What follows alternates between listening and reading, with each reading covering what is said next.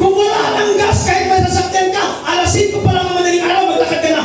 Papunta sa simbahan. Nakatipid ka na, naka 10,000 steps ka pa.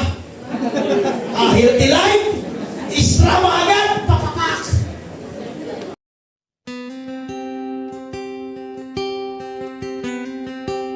Pastor, ano yung faith? Faith is a verb. It's an active choice to trust a person, a promise, even there is ifs. Hallelujah. Salamat tayo sa palakpak ay. Hallelujah. Palakpakan natin ang Diyos.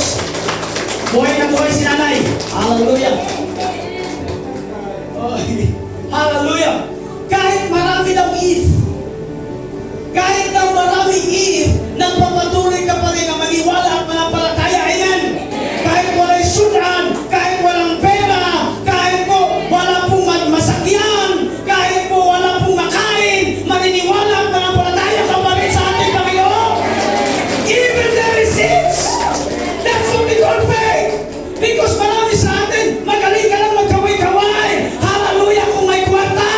Pero kung wala, para kang binagsakan ng langit at lupa. Bakit hindi ka makataas ng kamay? Kasi wala yung bukat, wala yung kusok. Faith is an active choice na Lord, even if kahit hindi ko nakikita, I will put my trust on you. Even if parang hindi ko alam ang dulo, I will put my trust on you. Even if parang hindi na mababago yung mundo, I will put my trust in you. Because faith